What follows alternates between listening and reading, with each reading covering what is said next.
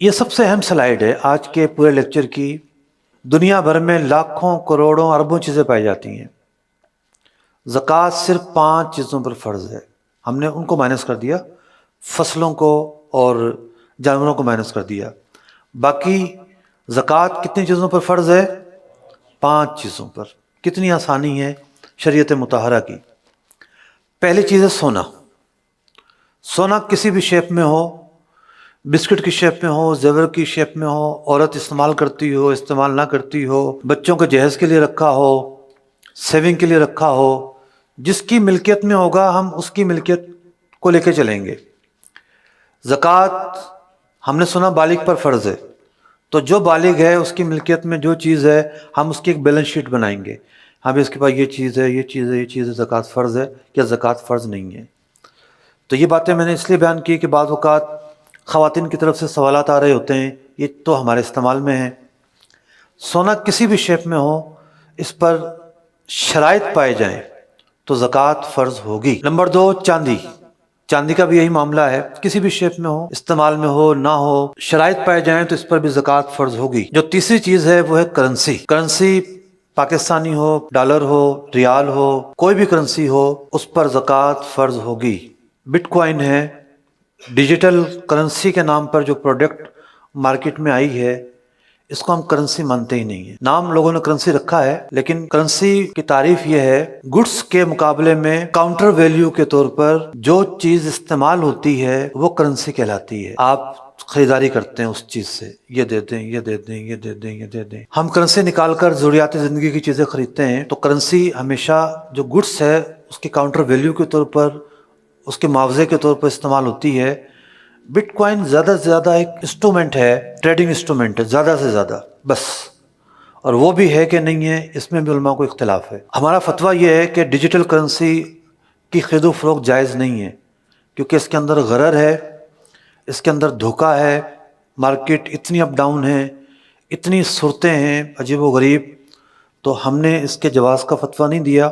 پاکستان میں ویسے بھی غیر قانونی ہے، ایف آئی اے پکڑ لیتی ہے، چھاپے پڑتے ہیں، اور ملک کے لیے انتہائی شدید نقصان دہ ہے۔ ایک بٹ کوائن کی قیمت آج کل تو پتہ نہیں کتنی چل رہی ہے، معلوم ہے کسی کو بھی؟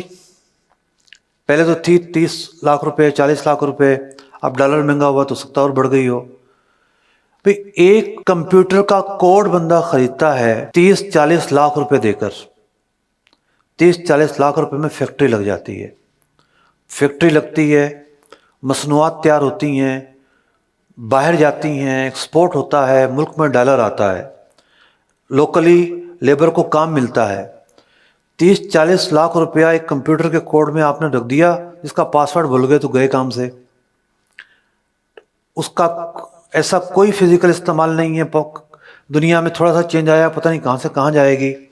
تو یوں اس کے اندر غرر ہے، انسرٹنٹی ہے، اتار چڑھاؤ بہت زیادہ ہے۔ چوتھی چیز ہے پرائز بانڈ۔ پرائز بانڈ جو ہیں، بعض لوگ کہتے ہیں کہ جائز نہیں ہے۔ 2 طرح کے پرائز بانڈ ہوتے ہیں۔ 2-3 سالوں سے ایک پرائز بانڈ کی نئی قسم پیدا ہوئی ہے مارکیٹ میں، پریمیم پرائز بانڈ کہلاتے ہیں۔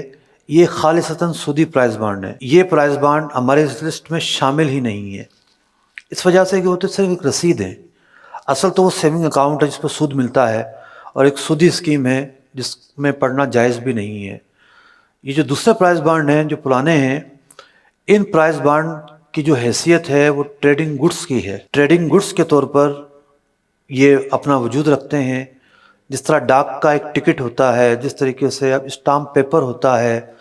ڈاک کا ٹکٹ ایک ہی ایریا کا ہے لیکن اس کی قیمتیں ڈیفرنٹ ہیں۔ اسٹامپ پیپر ایک ہی پیپر ہے، A4 کا پیپر، اس کی قیمتیں ڈیفرنٹ ہیں، اور اس ڈیفرنٹ قیمتوں کی وجہ سے آپ اس کو خرید رہے ہوتے ہیں۔ تو پرائز بانڈ ایک خود گڈس ہے، اگر گم ہو جائے تو آپ کے پیسے چلے جاتے ہیں۔ یہ اس بات کا ثبوت ہے کہ رسید نہیں ہے۔ رسید ہوتی تو آپ اصل سے جا کر ریکور کر لیتے۔ سودوں کے اندر استعمال بھی ہوتا ہے، یہاں کا ریشو مجھے نہیں پتا، کراچی میں تو بہت زیادہ ہے۔ کوئی پراپرٹی کس نے خریدی ہے، اتنا کیش دیں گے، اتنا پرائز بانڈ دیں گے، تو یوں ایز اے انسٹرومنٹ کے طور پر، ٹریڈنگ گڈس کے طور پر اس کی اپنی ایک حیثیت ہے، اور مال تجارت میں یہ شمار ہوتا ہے۔ 5ویں چیز ہے مال تجارت۔ وہ چیز جو آپ نے بیچنے کے لیے خریدی ہے، وہ چیز جو آپ نے بیچنے کے لیے، کسی نے گھر لیا رہنے کے لیے، یہ شرط پائی گئی کہ نہیں؟ نہیں پائی گئی۔ کرائے پر چلانے کے لیے گھر لیا، یہ شرط نہیں پائی گئی۔ ٹرانسپورٹر ہے، اس کی گاڑیاں چلتی ہیں کرائے پر، ایک گاڑی کروڑوں روپے کی ہوتی ہے، تو وہ گاڑی اس نے بیچنے کے لیے نہیں خریدی، کرائے پر چلانے کے لیے خریدی ہے۔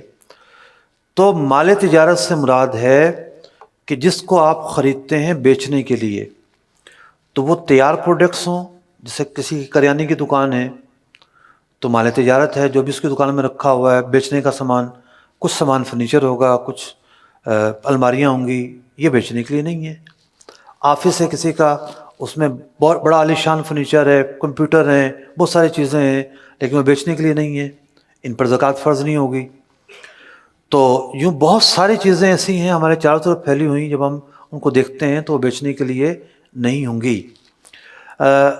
فیکٹری والے را مٹیریل خریدتے ہیں، را مٹیریل خریدنے کا مقصد ہوتا ہے پروڈکٹ بنا کر بیچیں گے، تو یہ را مٹیریل جو ہے پارٹ آف دی پروڈکٹ ہوتا ہے، تو اس لیے اس را مٹیریل پر بھی زکوٰۃ فرض ہوگی۔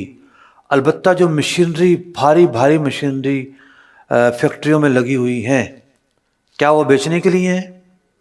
نہیں، ان مشینریز پر زکوٰۃ فرض نہیں ہے، کیونکہ وہ بیچنے کے لیے نہیں ہے، مال تجارت نہیں ہے۔ ہاں کسی کا کام ہی مشین بیچنے کا ہے تو ظاہر بات ہے اب اس کے لیے یہ آئٹمز جو ہیں وہ ٹریڈنگ گڈس ہوں گے اور زکوٰۃ فرض ہوگی۔ تو یہ 5 چیزیں ہیں جو قابل زکوٰۃ اموال ہیں۔